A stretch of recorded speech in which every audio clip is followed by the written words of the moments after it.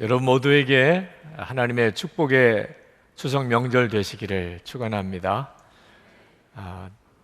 오늘 이 시간에 이 자리에 참여하지 못하고 고향으로 가신 교우들 중에 지금 이 시간에 인터넷으로 주일 예배를 드리시는 분도 계실 텐데 거기서도 또 함께 나누는 모든 일가 친척들 사이에도 주님의 은혜가 넘치기를 축복합니다. 지난 6개월 동안 저는 여러분들의 기도와 사랑을 굉장히 깊이 경험을 했습니다. 이제 안식년 6개월이 마치고 오늘부터 제가 다시 교회 설교를 시작하고 또 담임 목사로서의 역할을 시작을 하게 됩니다. 여러분의 사랑과 또 기도로 정말 은혜로운 6개월을 보냈습니다. 아마 여러분들도 궁금하실 겁니다. 도대체 6개월 동안 뭐 하다가 왔으며 또 무슨 은혜 받으셨을까? 저도 궁금해요. 6개월 동안 하나님이 저에게 무슨 은혜를 주셨을까? 결국 저에게 뭘 다루신 것일까? 그래서 지난 6개월을 가만히 돌아보았습니다. 근데 하나님께서는 저에게 오직 하나만 하셨어요. 기도할 때도, 주님을 묵상할 때도, 주님이 안식월을 시작할 때부터 그리고 이제 끝날 때까지 계속해서 나하고만 연합한 자가 되라. 예수 그리스도와 오직 연합한 자, 하나 된 자가 되기를 주님이 말씀하시고 그 일에 대해서 저를 다루시고 그리고 그것을 점검하게 하시고 그렇게 6개월을 보냈습니다. 제가 설교하던 내용이었고 또 이미 제가 결단했던 내용이었기 때문에 이 일 하나를 이렇게 6개월 동안 하시는 것에 대해서 저 자신도 처음에는 잘 이해하기가 어려웠습니다. 그런데 6개월이 지나고 난 다음에 지금 저는 정말 예수님과 온전히 연합된 자인가 라고 저를 돌아보았을 때 6개월이 결코 긴 기간이 아니라는 사실을 알았습니다. 네. 저에게는 아직도 여전히 그 일에 대해서 주님의 다루심이 필요하다는 것을 알았고 단 하나 이번에 6개월을 보내면서 예수님과 온전히 연합한 자만 되는 일이 얼마나 중요한 것인가, 그리고 저에게 있어서 그 점에 대해서 아직도 연약하고 모자라는 부분이 무엇인가를 깨닫게 해주셨습니다. 제가 예수님과 지금은 제가 완전히 연합한 자입니다 라고 이렇게 말한다면 그건 교만한 것이 되겠죠. 그러나 저의 간절한 갈망이고 그리고 계속되는 기도의 제목입니다. 이 안식년 끝나면서 다시 시편 설교를 돌아오게 됐는데 오늘 본문 시편 61편 말씀을 묵상하는 중에 하나님이 저에게 지난 6개월 동안 제 문제를 다루셨던 그 내용이라는 것에 대해서 깨닫고 깜짝 놀랐습니다. 오늘 이 시편 61편에서 주님이 우리에게 주시는 말씀이 하나님께서 지난 6개월 동안 저를 다루셨던 바로 그 주제입니다. 저는 목회하면서 우리 교우들이 이런저런 어려운 일들을 겪으시는 소식을 듣습니다. 사랑하는 사람과 사별하거나 또는 믿었던 사람에게 배신을 당했거나 또는 건강을 잃어서 위중한 질병 가운데 있게 됐거나 또는 재정적인 어려움을 겪었거나 또는 직장에서 퇴직을 했거나 이런 여러 가지 어려운 일들을 겪으시는 교우들의 이야기를 들으면서 마음이 안타까울 때가 여러 번 있었습니다. 아마 여기 계신 여러분들 모두가 다 우리가 한 생애를 살아가는 동안에 다 시기는 다르지만 다 겪으실 일들입니다. 그런데 어떤 교우들은 그런 일을 겪을 때 감동적으로 아주 수월하게 그 어려운 문제들을 극복해 내시는 분들이 있으십니다. 정말 괜찮으실까 싶은데 아주 담대하게 믿음 안에서 그런 어려운 일들을 잘 극복해 내시는 그런 교우들도 계신 반면에 상당히 많은 교우들이 그런 어려운 일을 겪고 나면 슬퍼하고 그리고 그로 인해서 분노하고 또 그것 때문에 좌절하고 그 일로 인한 어려움을 아주 고통스럽게 오랜 기간 동안 겪으시는 분들을 또 봅니다. 실제로 그 어려움만 아니었어요. 훨씬 더 깊고 오랜 고통을 겪으시는 겁니다. 이유는 그 마음이 무너져 버린 겁니다. 어려움을 겪을 때 단순히 육체적인 어려움 또는 재정적인 어려움 또는 그분이 겪게 될 여러 가지 힘들고 극복해야 될 일들만 우리를 힘들게 하는 게 아닙니다. 마음이 무너져 버리면 그러면 훨씬 더 큰 어려움을 겪으시는 겁니다. 왜 이럴까? 그가 믿지 말아야 될 것을 믿었고 의지하지 않아야 될 것을 의지했었기 때문입니다. 우리도 모르는 사이에 이 세상 살아가는 동안에 어떤 것을 믿고 의지하게 마련입니다. 어떤 때는 사람을 믿고 어떤 때는 돈을 의지하고 어떤 때는 자신의 능력이나 자기가 다니는 직장이나 자신의 건강이나 자신의 어떤 성공을 이렇게 의지하고 그것 때문에 자기가 앞으로 영원히 편안하게 잘 살 수 있을 것이라고 하는 착각에 빠져 있을 때가 있습니다. 근데 자기가 믿었던 것, 자기가 의지했던 것이 무너졌을 때 그는 단순히 그저 어려움만 겪는 게 아니고 마음이 무너져 버리는 거예요. 오늘 읽은 우리 시편 61편은 다윗의 이야기입니다.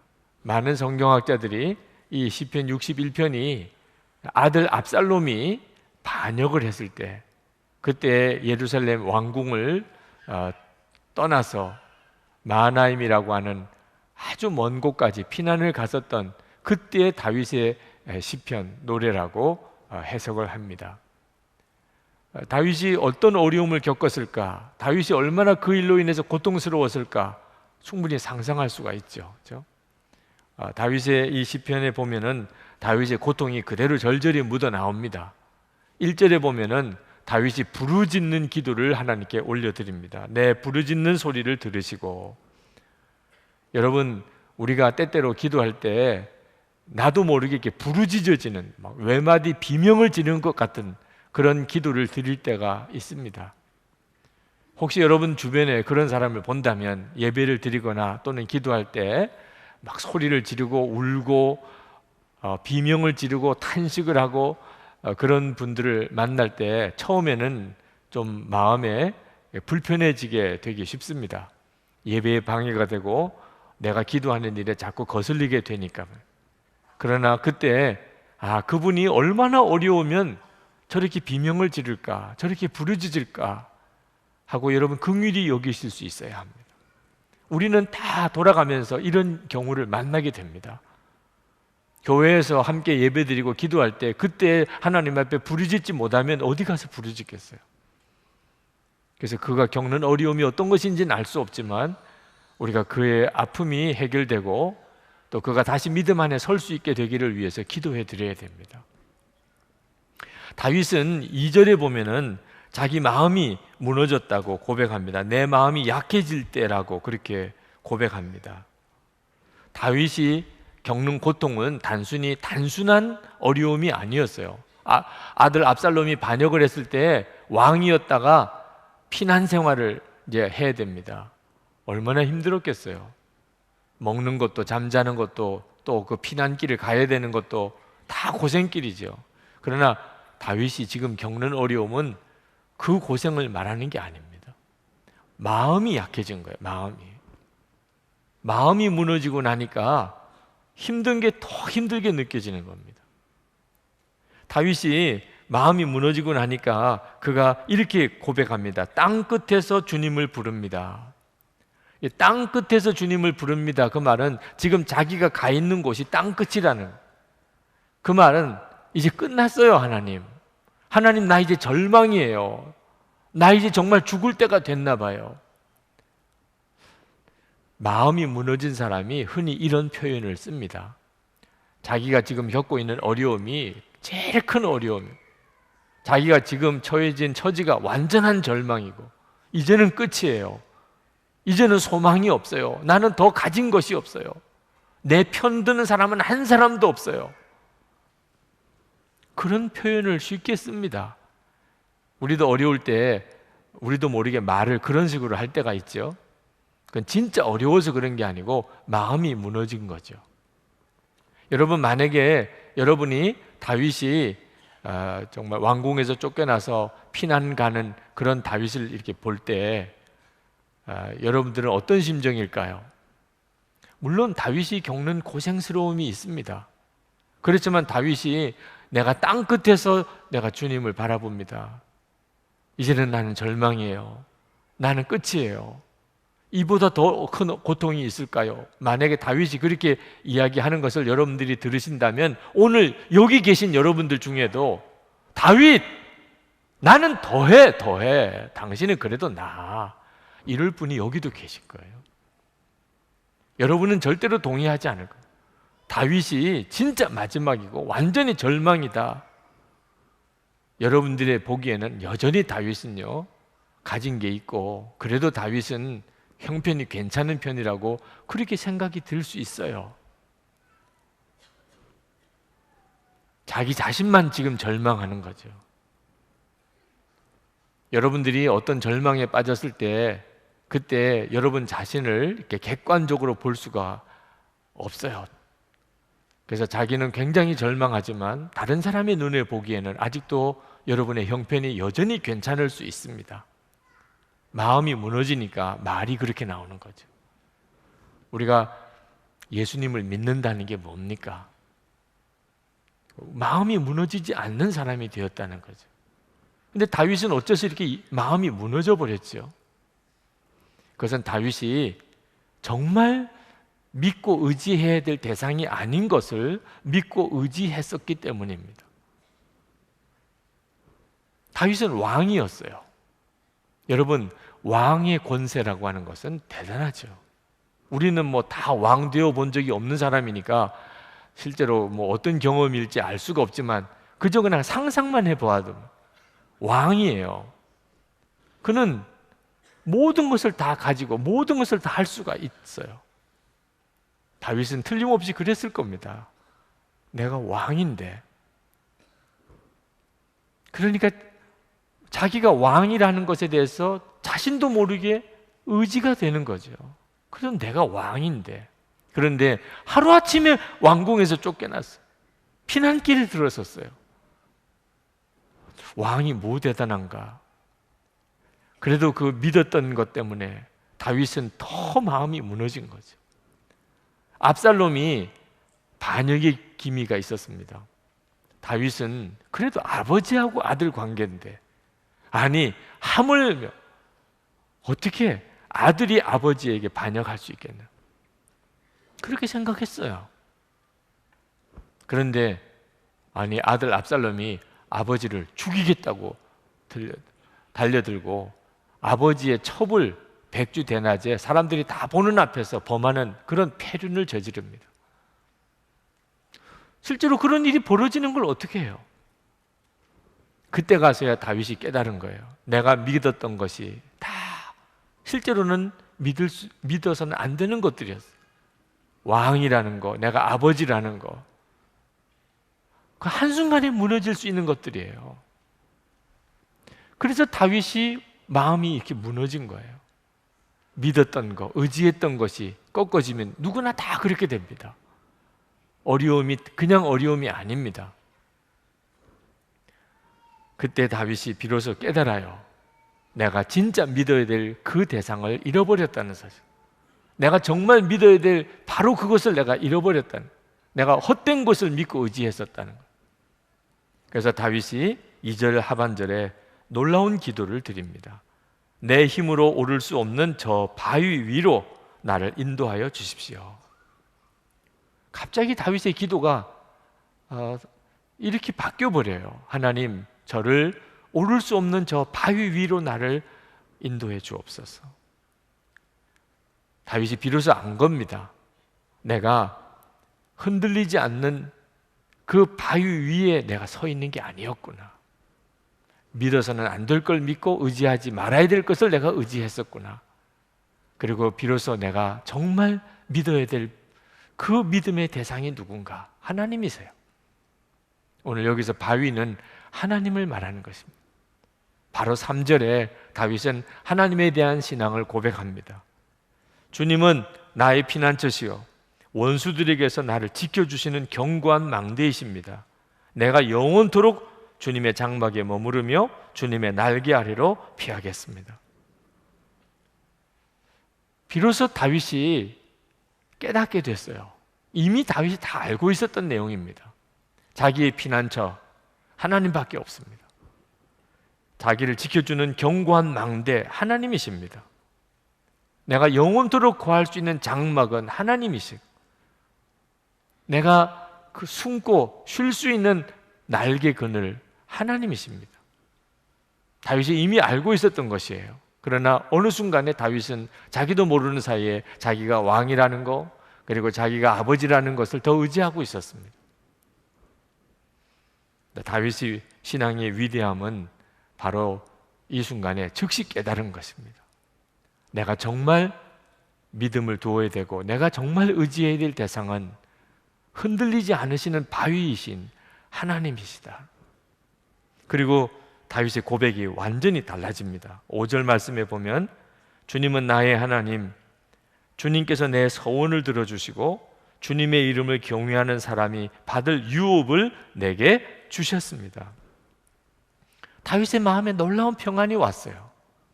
형편은 여전히 어려워요. 지금 피난길에 있습니다. 그런데 다윗의 마음에 두려움이 사라지고 평안이 왔어요. 하나님께서 나의 영원한 기업이 되어 주셨어요. 하나님께서 내 서원을 들어주셨어요. 그 일에 대한 너무나 놀라운 확신이 왔습니다.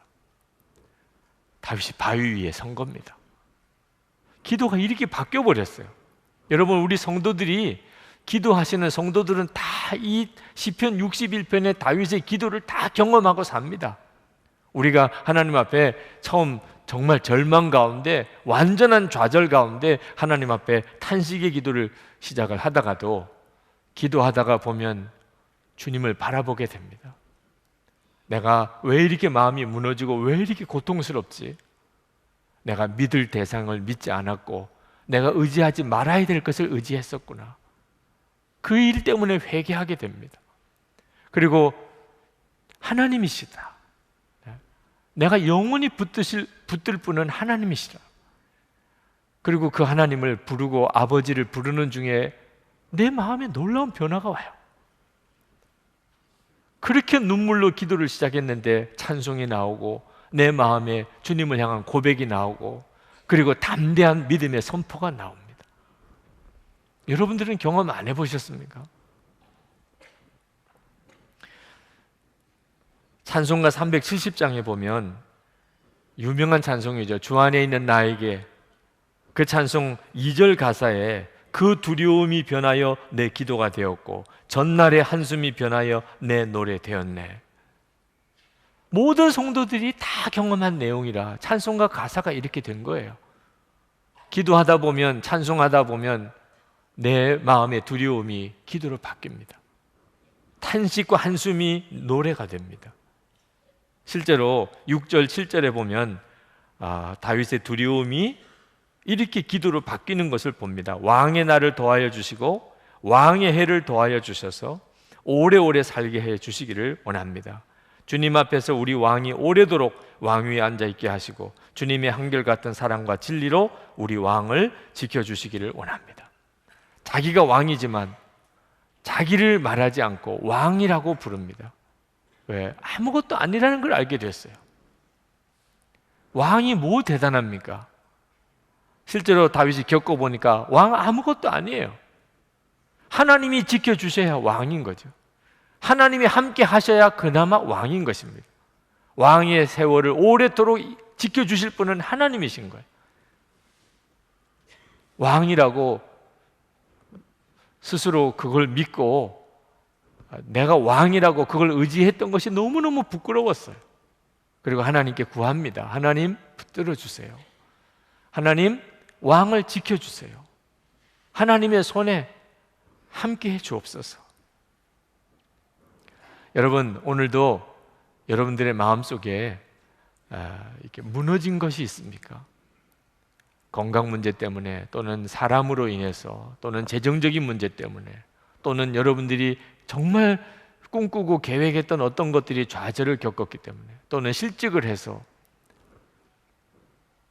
그랬다고 한다면 오늘 다윗과 같이 기도하셔야 됩니다. 하나님, 나로 흔들리지 않는 바위 위에 서게 해 주시옵소서. 그런데 어떻게 그 바위 위에 설 수 있는 거지요? 우리 힘으로는 못하는 일입니다. 다윗은 이렇게 고백했어요. 내 힘으로 오를 수 없는 저 바위 위라고 그랬습니다. 우리 힘으로는, 우리가 하나님을 붙들고 싶어도 우리 힘으로 할 수 있는 게 아닙니다.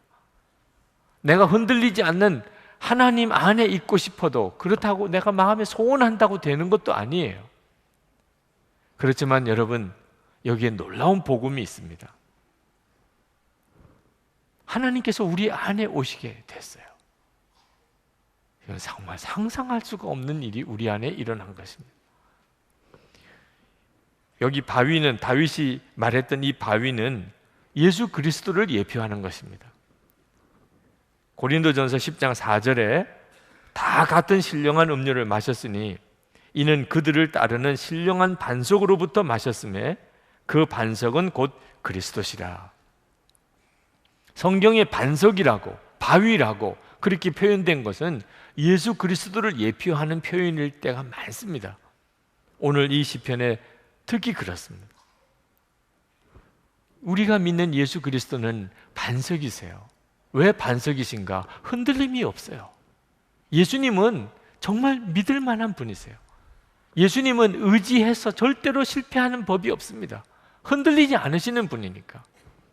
근데 그 예수님께서 우리를 위해서 십자가에 죽으셨을 뿐만 아니고 지금 우리 안에 오셨어요. 다윗은 내 힘으로 오를 수 없는 그 바위 위로 나를 세워달라고 그랬는데, 우리에게는 예수 그리스도 그분이 우리 안에 오셨어요. 그러므로 예수님을 구주로 영접한 모든 이들은 흔들림이 없는 삶을 사는 축복을 받은 것입니다. 여러분, 명심하시기 바랍니다. 우리가 예수를 믿었다는 말은 우리는 더 이상 이 세상에서 흔들리는 자가 아닙니다. 고린도후서 4장 7절에서 9절에 놀라운 말씀을 합니다. 우리가 이 보배를 질그릇에 가졌으니, 예수 그리스도가 질그릇 같은 내 마음에, 내 안에 오셨다 그 말입니다. 그랬으니 우리가 사방으로 우겨쌈을 당하여도 쌓이지 아니하며, 답답한 일을 당하여도 낙심하지 아니하며, 박해를 받아도 버림바 되지 아니하며, 거꾸로 때림을 당하여도 망하지 아니하고. 내가 예수님을 진짜 잘 믿는지 안 믿는지는 여러분이 이 말씀을 보고 알 수 있습니다. 내가 어떤 어려운 일을 당해도 내 마음이 흔들림이 없어요. 어떤 어려운 형편 속에 내가 처해도 내 마음에 전혀 요동함이 없어요.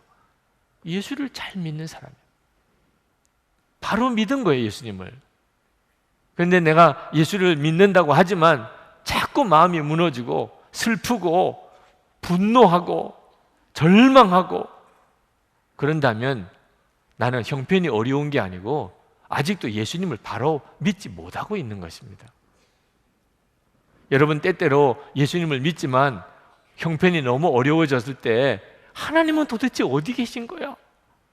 아니, 내가 지금 이렇게 힘든데 하나님은 도대체 뭐 하시는 거야? 이런 탄식을 할 때가 있죠. 그런데 하나님이 어디 계시기는 어디 계세요? 우리 안에 오신 거려. 지금 우리 안에 계신 거려. 그걸 모르십니까? 여러분, 빌립보서 2장 13절 말씀에 우리 안에서 행하시는 이는 하나님이시니 당신의 기쁘신 뜻을 위하여 너희로 마음에 소원을 두고 행하게 하시는. 여러분, 지금까지 예수 믿고 살아오는 동안에 하나님이 기뻐하시는 일을 하고 싶은 그런 마음의 소원이 조금이라도 생긴 적 없었습니까? 하나님이 기뻐하는 뜻대로 해야지. 하나님의 소원이 여러분의 마음에 일어난 적이 여러분 한 번도 없었습니까? 여러분 안에 하나님이 기뻐하는 뜻대로 살아야 되겠다는 소원은 어떻게 일어나는 거지요? 성경 말씀에서 보여주고 있지 않습니까? 너희 안에서 행하시는 이는 하나님이시니 너희로 자신의 기쁘신 뜻을 위하여 소원을 두고 행하게 하시는. 하나님은 도대체 어디 계시지? 내 안에 역사하고 계시구나. 하나님이 기뻐하시는 일을 하고 싶다. 이게 도대체 뭐냐 말이야. 여러분, 우리가 참 좋아하는 내 주의 보혈은 254장 찬송을 불러보면 5절에 그 피가 마음속에 큰 증거됩니다, 이런 구절이 나옵니다. 그 피가 마음속에 큰 증거됩니다. 이거 무슨 내용이죠? 우리 안에 예수님의 보혈이 있다는 거예요. 그럼 무슨 뜻이에요? 여러분은 예수님이 십자가에 보배 같은 피를, 보혈을 흘려주심으로 여러분의 죄가 사함을 받았다는 사실에 대해서 믿으십니까? 그러면 여러분 안에 보혈이 있다는 거예요. 예수님이 십자가에 피 흘려 주셨기에 내 모든 죄가 사함을 받았다는 게 내 마음의 믿음이에요. 분명히 내 마음속에 있는 믿음이에요. 그건 그 피가 마음속에 증거가 된다. 예수님의 보혈이 내 마음에 있어요. 주 예수님이 내 안에 계시단 말이에요. 여러분, 여러분이 어떤 어려운 처지에 있든지 간에 여러분 안에 하나님의 일을 하고자 하는 소원이 있고 하나님의 뜻대로 살고자 하는 마음의 소원이 있고 여러분 안에 예수님의 보배 같은 피로 내 죄가 사함을 받았다는 믿음이 있다면 여러분은 아직 끝이 아니에요. 하나님이 여러분 안에 계신 거예요. 살아계신 하나님이 지금 여러분 안에 계신 거예요. 기적과 이런 기적이 어디 있겠어요? 이런 놀라운 기적이 지금 여러분 안에 일어나고 있다니까요. 그 예수님을 여러분이 온전한 믿음으로 바라보아야 됩니다. 여러분이 진짜 믿을 분은 여러분 안에 이런 놀라운 기적을 행하고 계시는 주 예수님이십니다.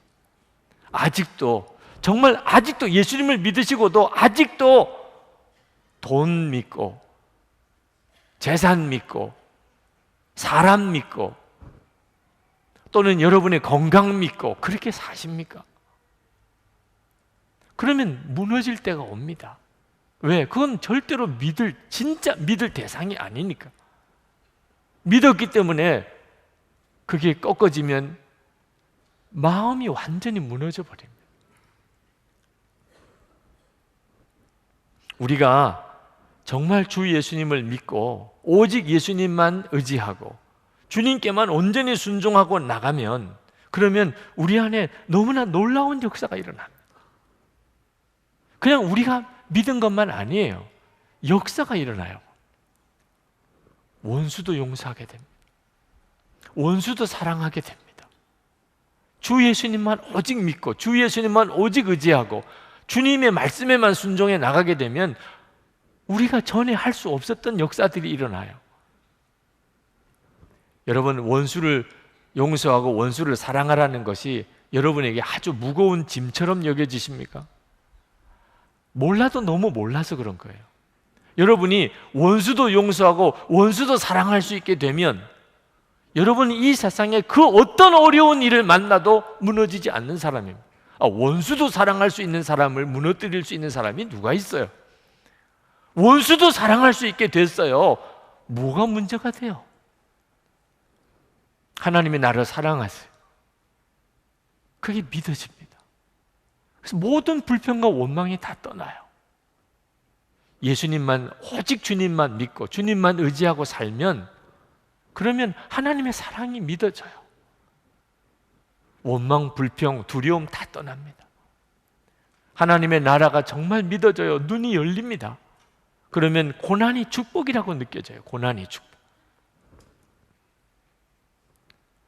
중국 선교사님 한 분과 대화를 나누면서 은혜를 받았습니다. 그 선교사님은 중국에 가서 사역하는 동안에 한동안 두려움에 계속 시달렸다고 그랬습니다.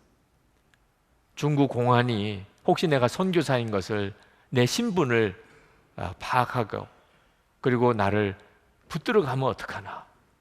그래서 항상 중국 공안이 자기를 붙들어 가면 어떡하나 걱정하며 살았어요. 만약에 중국 공안에게 붙들려 가면 나는 뭐라고 말을 해야 되나? 만약에 내가 그 공안에 끌려가서 내가 만약에 어떤 위해를 당하면, 내가 어떤 고문을 당하면 내가 그것을 견뎌낼 수 있을까? 우리 가족들은, 우리 애들은 어떡하나? 만약에 내가 중국에서 추방을 당한다면 그러면 이제 우리는 어디 가서 뭘 하고 사나? 그게 계속 두려웠다는 거예요. 그런데 어느 날 요한복음 15장 5절 말씀을 하나님께서 붙들게 하시는데 주님은 포도나무고 나는 가지고 내가 주님 안에 주님이 내 안에 거하시면 그러면 많은 열매를 맺을 것에 대한 말씀이 정말 가슴에 붙들려졌어요. 내가 예수님과 온전히 하나가 되어서 사는 것이구나. 이것이 복음이고 이게 내게 누리는 하나님의 축복이구나. 근데 주 예수님은 십자가를 지신 분이세요. 주님이 십자가의 길을 간다면 그러면 나도 십자가의 길을 가는 거지. 선교사님 안에 그 선교사님이 믿고 의지하는 것이 달라져 버렸어요. 너무너무 놀라운 마음의 평안이 오더라는. 그 선교사님이 하시는 이야기가, 목사님, 저는 정말 예수 그리스도와 온전히 연합하는 은혜를 누리기 전에는 제가 믿었던 것, 제가 의지했던 것은 안전이었다는 거예요. 안전. 어떻게 하면 안전할 수 있을까? 항상 생각은 안전한 것이에요. 중국 공안에게 내 신분이 드러나면 안 돼. 내가 붙들려 가는 일은 없어야 돼. 붙들려 가더라도 공문은 받지 않았으면 좋겠어. 우리 아이들, 우리 가족들은 다 편안하면 좋겠어. 그때는 계속 두려웠다는, 그 두려움을 떨칠 수가 없었대요. 왜? 안전한 것을 믿고 안전한 것을 의지하고 살았기 때문에. 정말 믿고 의지할 대상이 아니었어요. 근데 십자가 지신 예수님을 정말 내 주님으로, 내 왕으로 그렇게 받아들이고 나니까 오려면 와. 공안? 올 때면 와봐. 갑자기 마음에 두려움이 없어졌어요. 나는 예수님과 함께 십자가의 길을 가는 사람이야. 주님이 그곳에 가시면 나도 가는 거야. 어떤 어려움을 겪을까? 그게 더 이상 문제가 안 됐어요. 만약에 여기 중국에서 내가 만약에 추방을 당하면 그러면 하나님께서 원하시는 길이 있으시겠지. 내가 왜 그걸 걱정하는 거야? 제가 그 선교사님과 같이 대화를 나누면서 정말 놀라운 일이구나. 환경과 여건은 달라진 게 아무것도 없는데 사람이 어떻게 이렇게 달라질 수가 있죠? 예수님을 진짜 믿고 내가 정말 의지하는 분은 예수님 그분이죠. 내가 믿는 분은 예수님 그분이시면 그가 바위 위에 서 있는 자가 된다는 것을 알았습니다. 여러분, 만약에 지금 여러분에게 정말 터가 무너지는 것 같은 그런 어려움이 왔다면 한번 곰곰이 생각해 보시기 바랍니다. 무너져야 될 것이 무너진 것이 아닌가? 만약에 여러분이 내가 믿지 말아야 될 것을 내가 믿었었구나, 내가 의지하지 말아야 될 것을 내가 그동안에 의지하고 있었구나 하는 것이 깨달아진다면 더 이상 울고불고 할 문제가 아닙니다. 하나님 왜 이런 일이 나에게 닥쳤어요? 그럴 일이 아니라니까. 하나님께서 내가 정말 이거 믿고 살면 안 되고 이거 의지하고 살면 안 되기 때문에 하나님이 정리해 주셨구나. 오히려 하나님 감사합니다. 결국 하나님께서 이렇게 정리해 주셨군요. 내 힘으로 못하니까 하나님이 이렇게 정리해 주셨군요. 내가 믿을 게 아니었습니다. 내가 의지할 게 아니었습니다. 차라리 빨리 끝났으니 하나님 감사합니다. 하나님, 나를 진짜 흔들리지 않는 바위 되시는 예수 그리스도 그분께로 나를 인도해 주시옵소서. 예수님 그분만 믿고 그분만 의지하고 사는 그런 믿음의 삶으로 나를 인도해 주옵소서. 여러분 그렇게 기도하시면 됩니다. 다윗이 그랬잖아요. 주님은 우리에게 굉장히 두려운 경고를 하셨어요. 여러분이 진짜 믿고 의지해야 될 정확한 것을 붙들지 않으면 안 되는 중요한 이유를 말씀하셨어요. 마태복음 7장 24절에서 27절까지입니다. 그러므로 누구든지 나의 이 말을 듣고 행하는 자는 그 집을 반석 위에 지은 지혜로운 사람 같으리니 비가 내리고 창수가 나고 바람이 불어 그 집에 부딪히되 무너지지 아니하나니 이는 주추를 반석 위에 놓은 까닭이요 나의 이 말을 듣고 행하지 아니하는 자는 그 집을 모래 위에 지은 어리석은 사람 같으리니 비가 내리고 창수가 나고 바람이 불어 그 집에 부딪힘에 무너져 그 무너짐이 심하니라. 여러분, 비도 없고 바람도 없는 편안한 날씨만 계속되기를 구하지 마십시오. 그랬다가는 오히려 큰일 납니다. 나중에 하나님 앞에 갔을 때 그때서야 알게 돼요. 내가 모래 위에 집을 지은 자였구나. 여러분, 지금 만약에 무너져야 될 터 위에 내가 서 있다면 그럼 지금 무너지는 게 차라리 축복입니다. 이제 진짜 붙잡아야 될 것, 정말 믿고 의지해야 될 대상을 여러분이 붙들 수 있게 됐다면 그것은 두고두고 오히려 간증거리가 되는 것입니다. 오늘 저는 여러분에게 책 한 권을 소개해 드리려고 합니다. 설교를 오랜 시간 할 수가 없기 때문에 오늘 이 말씀대로 정말 살았던 어떤 한 사람을 여러분에게 소개하려고 합니다. 미국 코스타의 공동 대표였던 분입니다. 그리고 미국 신시내티 주립대학 석좌 교수인 안종혁 교수님이십니다. 이번에 이분이 인생 거룩한 모험에 던져라, 자신의 믿음의 삶에 대한 과정을 책으로 내셨어요. 저는 오늘 여러분에게 아주 성공한 어떤 크리스찬에 대한 어떤 영웅담처럼, 그래서 이 책을 여러분에게 소개해 드리는 게 아닙니다.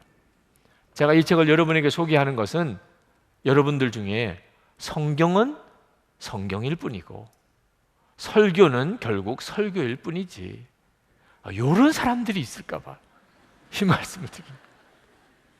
실제로 살아낸 사람이 있다니까요.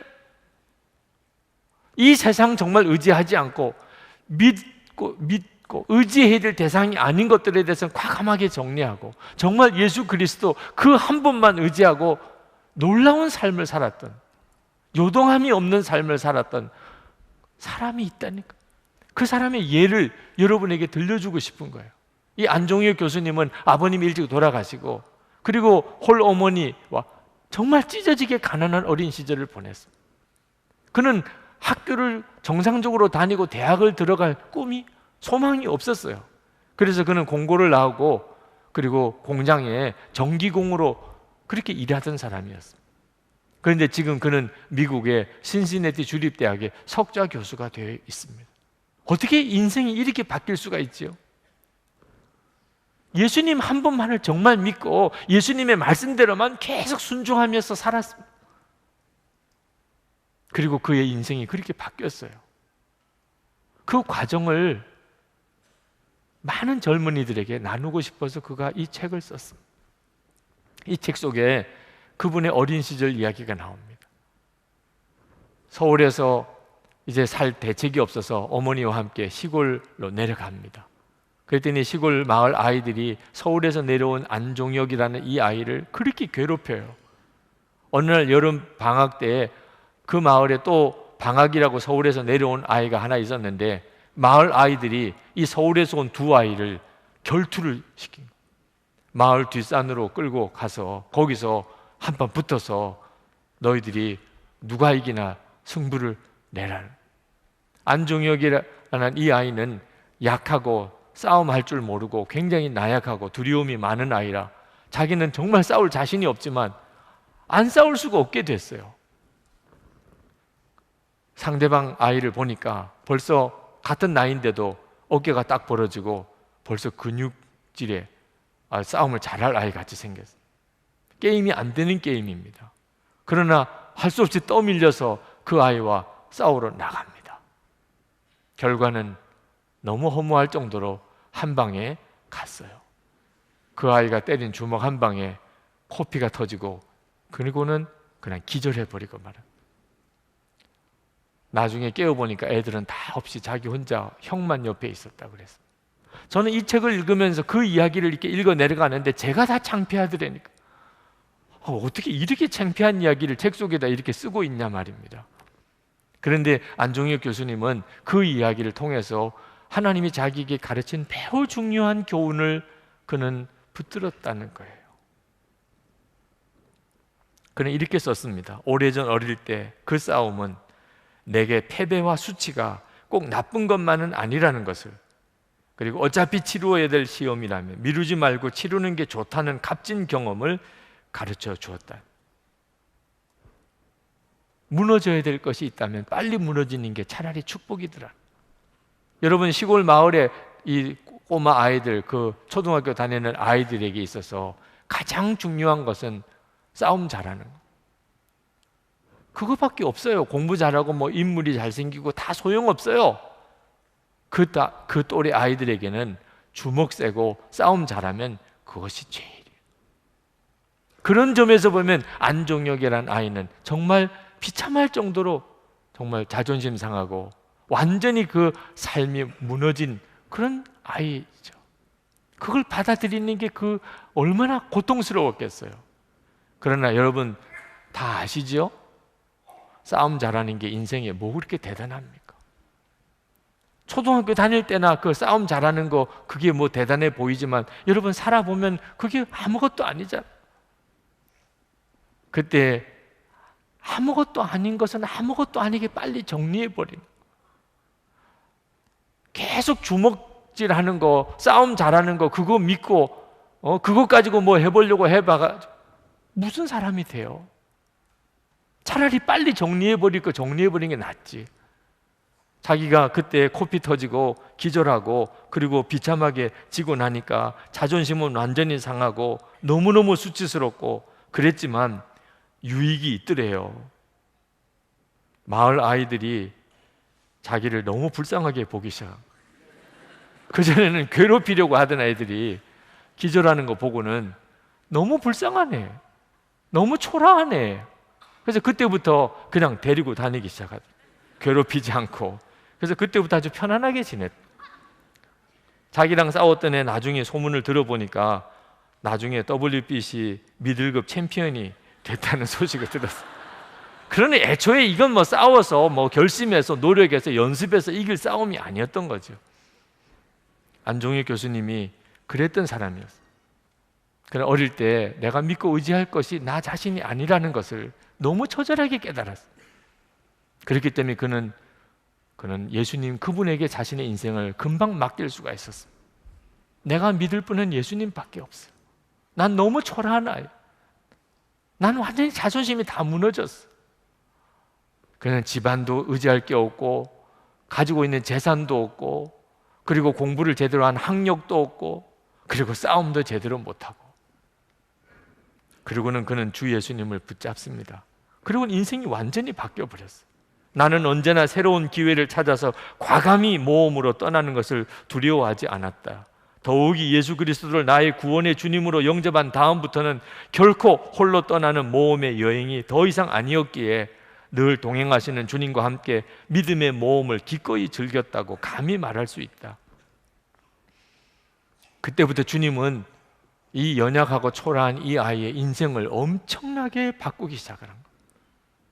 여러분들은 언제 예수님께 여러분의 인생을 다 맡겨버렸습니까?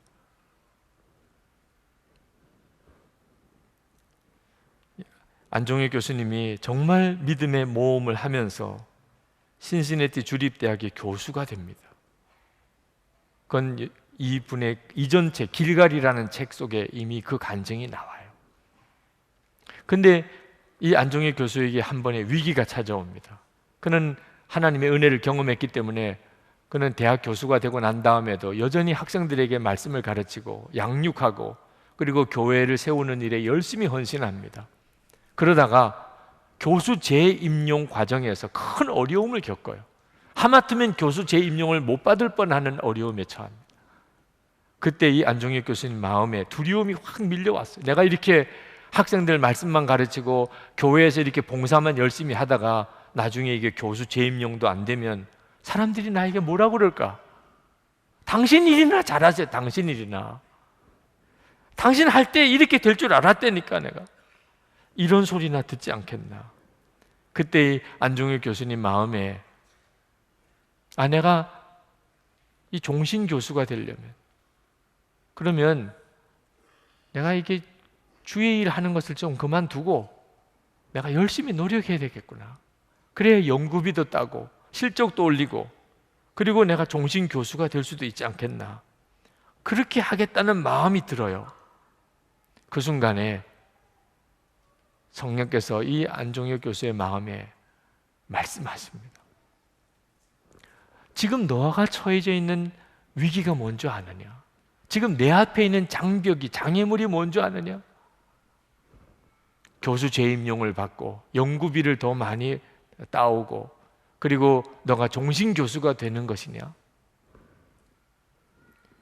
너 노력으로 다시 또 너 노력으로 내가 열심히 해서 그래서 나도 종신교수가 되어 봐야 되겠다 라고 생각하는 아직도 죽지 않는 내 자아가, 그것이 너가 극복해야 될 가장 큰 장애물이다. 그가 하나님 앞에 다시 무릎을 꿇습니다. 하나님, 지금 제가 여기 있는 것은 사람이 떡으로만 사는 것이 아니고 여호와의 입에서 나오는 말씀으로 사는 것임을 내가 그동안 분명히 경험했는데 지금도 동일하게 그것을 증명해야 되는 것이 내게 주어진 사명입니다. 결국은 누가 내 마음의 주인인가, 내 인생의 주도권을 누가 가지고 있는가 하는 문제를 깨달았어요. 그리고 하나님께 자신을 드립니다. 다시 한번 하나님께 자신을 드려요. 그리고 그가 결국은 기적과 같이 종신교수가 됩니다. 석좌교수가 되고, 그리고 세계적인 학자가 됩니다. 성도 여러분, 이것이 여러분의 체험이 되어야 합니다. 하나님은 여러분에게 그런 은혜를 이미 다 주신 걸요. 저는 이번 안식년 끝나면서 갑자기 마음에 두려움과 스트레스가 밀려오는 그런 경험을 했습니다. 선한목자교회 담임 목사직으로 다시 돌아오고 또 이렇게 설교를 다시 시작을 하게 되는 것 때문에 오는 갑작스러운 마음의 무거운 짐, 스트레스가 확 밀려와요. 나는 잘할 수 있을까? 내가 다시 돌아갔을 때, 다시 남은 8년을 내가 목회할 때, 또 이렇게 설교 단위에 섰을 때 나는 잘할 수 있을까? 그래서 하나님 앞에 그 일로 인해 기도했습니다. 그때 주님이 저에게 참 놀라운 말씀을 하셨어요. 너는 이제 다시 설교를 시작할 때 절대로 설교 잘한다는 것 위해서 설교하면 안 된다. 내가 목회를 성공했다는 것을 위해서 너 목회하면 안 된다. 제가 주님의 말씀을 들으면서 내 안에 뭐가 문제가 생긴 건지를 알았어요. 그것은 잘하려고 하는 것이었어요. 설교를 하면 이제 잘해야 되잖아요. 목회 다시 안식년 끝나고 돌아왔으니까 목회를 또 잘해야 되잖아요. 그러니까 스트레스가 돼. 그러니까 모든 것이 무거운 거예요. 주님이 저에게 원하시는 것은 예수님과 온전히 연합하는 거 하나밖에는 원하는 게 없었어요. 주님은 저에게 너는 나와 온전히 연합하는 거 하나만 신경 써. 그래서 주님 앞에 다시 고백했어요. 주님, 저는 다시 설교를 하게 될 때 설교 잘한다는 이야기를 듣기 위해서 저는 설교하지 않겠습니다. 내가 목회를 성공했다는 그런 평가를 받기 위해서 제가 목회하지 않겠습니다. 제가 원하는 것은 오직 주님과 연합하는 것입니다. 근데 참 놀랍게도 제 속에 있던 모든 무거운 게 다 사라져 버렸어요. 제가 원하는 것은 예수님과 하나 되는 거 하나밖에 없다니까. 그러니까 설교를 어떻게 해야 되나, 목회를 앞으로 어떻게 해야 되나 하는 모든 것에 대한 무거운 중압감과 스트레스가 다 사라져 버렸어요. 무엇을 믿고 무엇을 의지하는가, 이건 엄청난 것입니다. 오늘 우리가 성찬을 받습니다. 성찬은 예수님과 연합함을 주님 오실 때까지 우리에게 계속해서 확인시켜 주시는 은혜의 시간입니다. 여러분은 여러분이 어떤 존재가 되었는지를 아셔야 돼요. 여러분이 예수님을 영접하는 순간에 예수님과 여러분은 온전히 하나가 된 존재입니다. 이제 예수님이 여러분의 유일한 믿음과 의지할 대상이십니다. 그런데 그분은 반석이세요. 흔들림이 없으십니다. 오늘 이 시간에 성찬을 통해서 여러분이 이 믿음을 회복하셔야 됩니다. 여러분 이제 성찬을 받기 전에 기도할 텐데 혹시 여러분의 마음속에 무너진 것이 있다면 그러면 기도하십시오. 하나님, 정말 무너져야 될 것이라면 차라리 빨리 무너지게 되기를 원합니다. 제가 믿고 의지해야 하지 말아야 될 것을 내가 믿고 의지하고 있었다면 하나님, 이거 빨리 무너질 수 있게 되기를 원합니다. 더 이상 울고불고 안 하겠습니다. 이것 때문에 더 이상 연연 안 하겠습니다. 억울하다, 괴롭다, 미치겠다 안 하겠습니다. 하나님, 주님 아닌 것이 내 의지의 대상이라면 하나님 오히려 빨리 무너뜨려 주십시오. 주님, 저는 정말 주님만 의지하렵니다. 정말 반석 위에 저를 세워주시기 원합니다.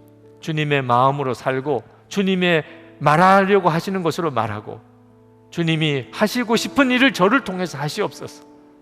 그것으로 충분합니다. 주님, 우리 다 같이 통성으로 기도하시고 그리고 성찬을 받겠습니다. 기도하겠습니다.